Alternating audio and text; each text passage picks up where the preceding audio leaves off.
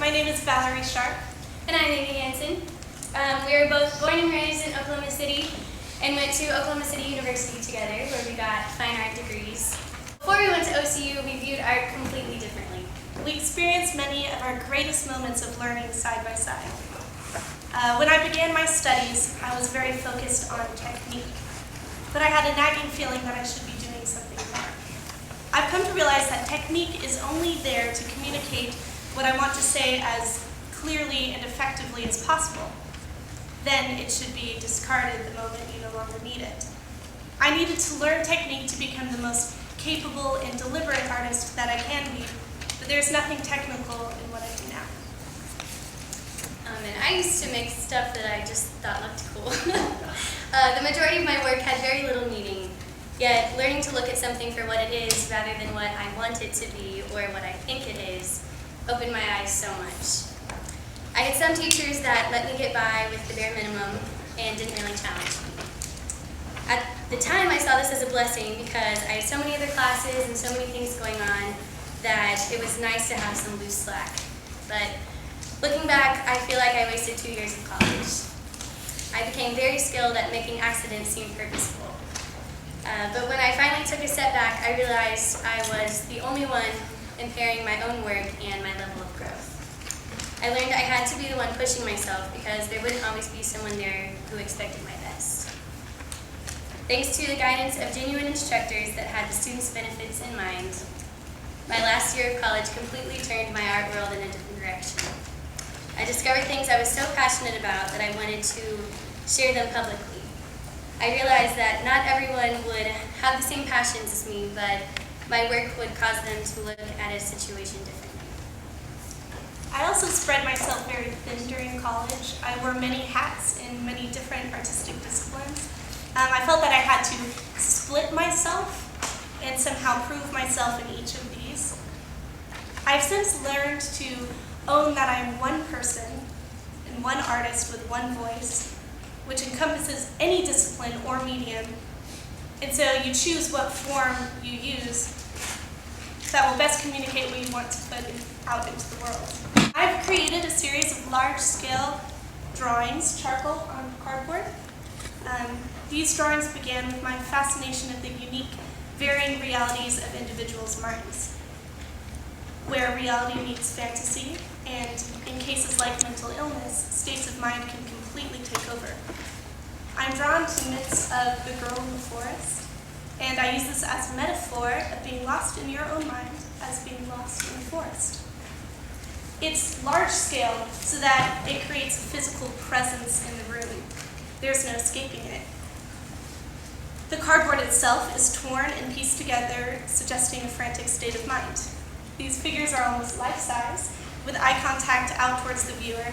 In some, this desperate connection is stronger than in others. The goal is to make the most impactful image to draw the viewer in. None depict a fixated point in time, and therefore it doesn't tell a narrative.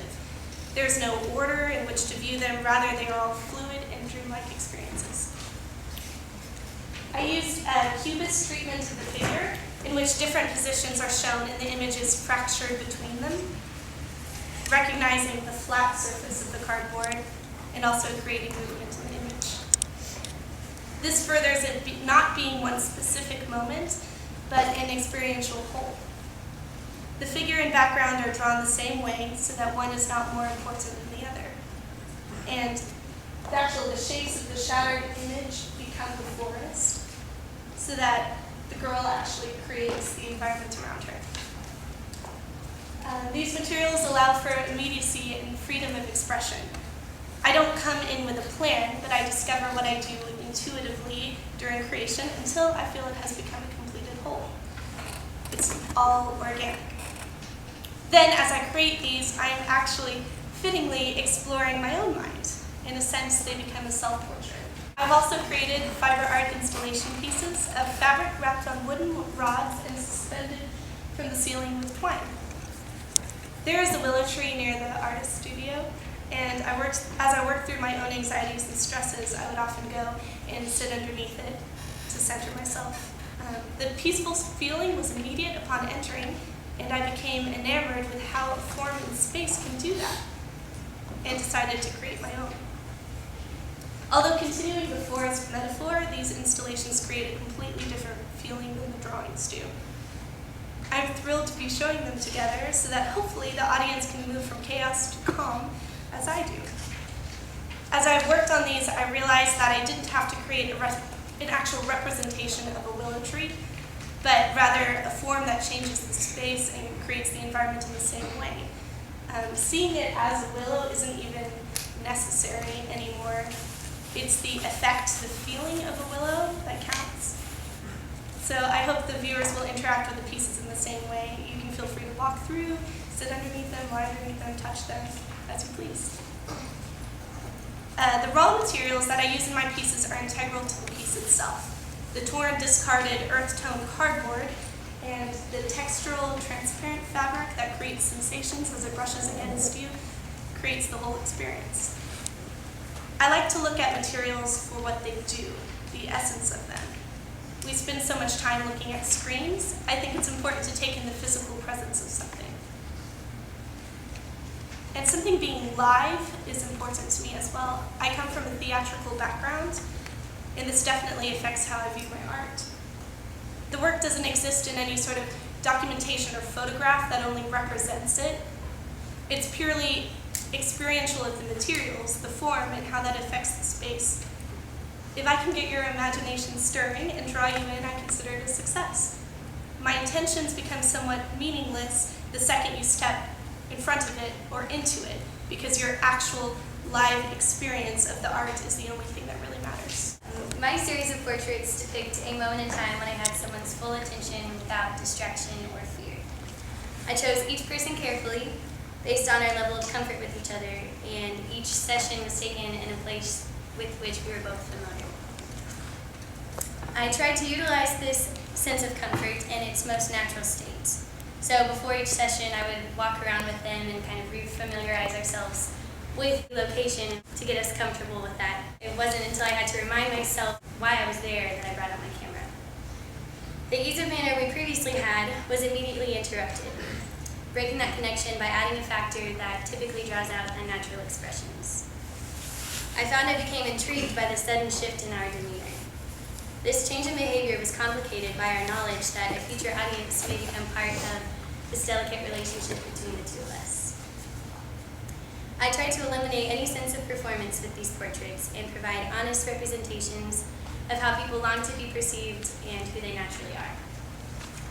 I print these images relatively large, nearly life-size, with the figure looking directly at the viewer in hopes to establish an emotional connection.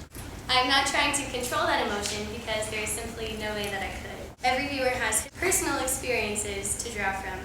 What may be uncomfortable or intrusive to one might be calming and familiar. In the midst of this project, I found it became a three-part interaction. Me with sitter, sitter with viewer, and finally viewer back to me. Whether it is apparent or not, I'm in all of these photographs. They're looking directly at me, and I them. My reflection is in each of their eyes. As much as it is about them and their expressions, it is all a reminder of what occurred before they were photographed. That relationship, that ease and calmness is what makes these what they are. We also feel that our work does something interesting together on a purely aesthetic level.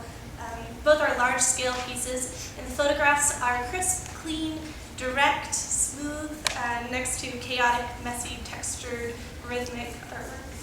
The photographs join the viewer, the sitter, and myself as part of the relational experience. Participants make connections through experience, thereby completing this triangle of interactions. Valerie's use of raw materials conveys the chaos and complexity of the mind and inner consciousness, while my portraits establish an emotional connection through direct eye contact. Together we create a reflective environment for the viewer to engage in that relational experience. By placing these works side by side, we explore connections, those of the mind and with others, forming a world of sensations and interactions for the viewer to complete with their experience. Thank you for coming, and please join us in the gallery. I think there's some delicious looking food out there. We just have one request, that you don't take the hummus into the willows, because that could be a problem. So, but please join us and enjoy.